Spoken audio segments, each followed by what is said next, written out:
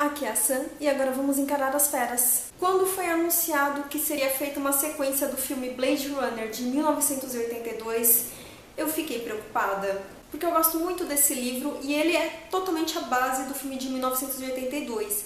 E não tem nada escrito pelo Philip K. Dick que dê sequência a isso. Mas o fato é que o universo do filme de 1982 tem as suas diferenças em relação a esse livro aqui. Eu não pretendo me referir muitas vezes a esse livro, eu já falei a respeito dele, eu vou deixar um link aqui em cima para quem quiser ver. Porque eu acabei assistindo o filme Blade Runner 2049 porque eu ouvi críticas muito positivas e fiquei curiosa, acabei assistindo. E no final das contas eu acabei gostando bastante do filme novo, eu acabei demorando um pouco para gravar um vídeo a respeito dele. Eu espero que todos os interessados já tenham assistido, porque esse vídeo vai conter muitos spoilers. Portanto, siga em frente por sua conta e risco. Dentro do universo cinematográfico de Blade Runner, Rick Deckard seria um replicante. Porém, segundo o livro, um replicante dura apenas 4 anos. É por isso que tanto no filme de 1982 quanto nessa história contada pelo Philip K. Dick, os replicantes que estão fugindo, eles estão procurando pelo seu criador para que a existência deles seja estendida por um período maior do que apenas 4 anos. Mas no universo cinematográfico de Blade Runner, Rick Deckard viveu muito mais do que 4 anos. Inclusive, nessa sequência do filme, ele aparece idoso.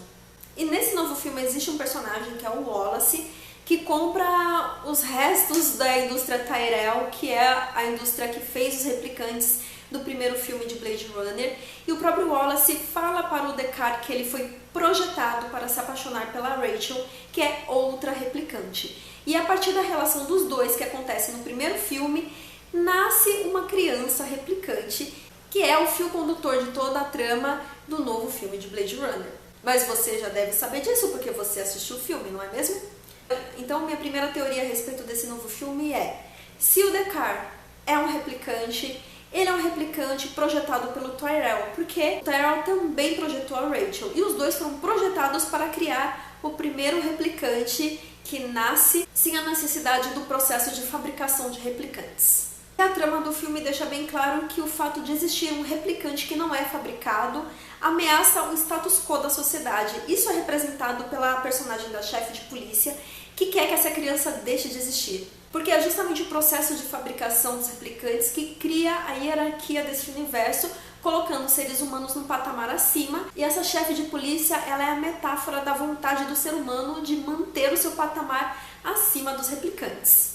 Mas o Wallace, que é o personagem interpretado pelo Jared Leto, ele quer que os replicantes se reproduzam como seres humanos. Por quê? O cara já dominou mais de 9 mundos diferentes com os replicantes dele, e ele não consegue expandir a sua dominação porque existem limitações nesse processo. Existe limitação de material, existe limitação de fábrica, existe limitação nessa produção.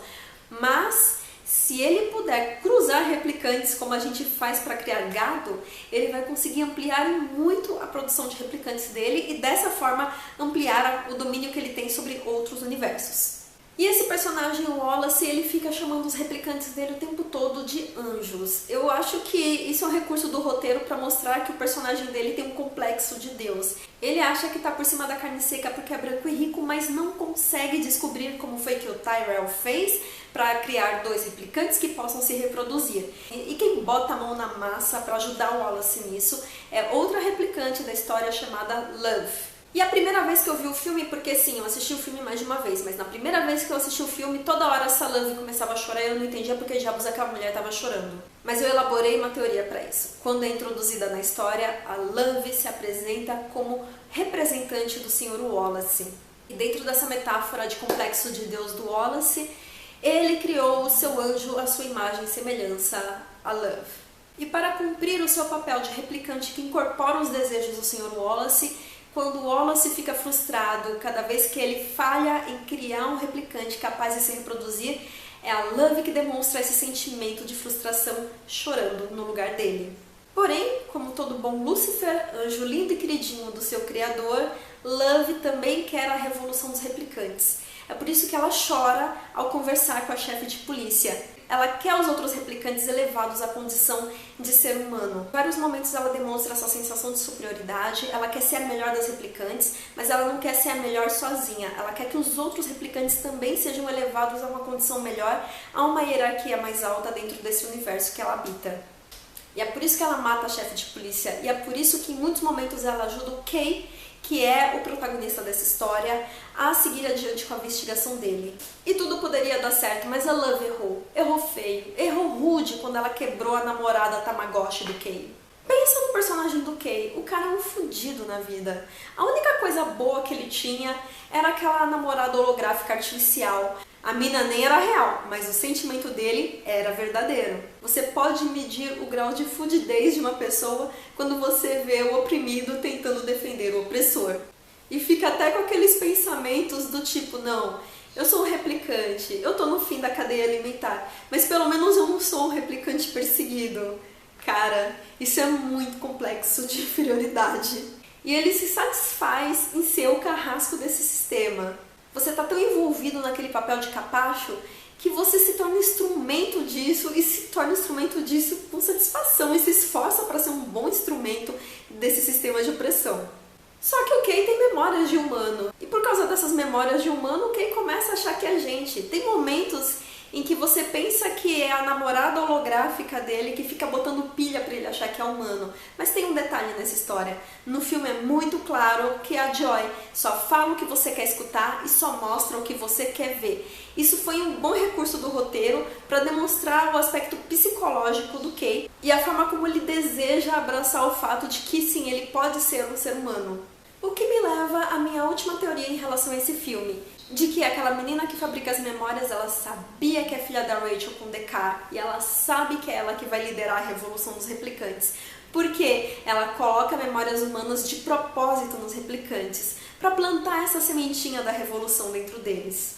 E não para por aí, ela sabe que ela é filha da Rachel, ela sabe quem é a mãe dela, mas ela nunca pôde conhecer o Rick Deckard, que é o pai dela. E o que é mais humano do que morrer pelo que você acredita? No momento em que o próprio Kay começa a criar o desejo de conhecer o pai e a mãe dele, ele começa a acreditar que a coisa certa é um filho conhecer os seus pais. E ele morre como um ser humano no momento que ele leva o Deckard para conhecer a própria filha. E você, o que achou dessas teorias? Já assistiu o filme? Concorda comigo? Discorda comigo? Me diz aqui nos comentários. Me dá um joinha se gostou desse vídeo, se inscreve no canal e muito obrigada por me assistir. Até a próxima!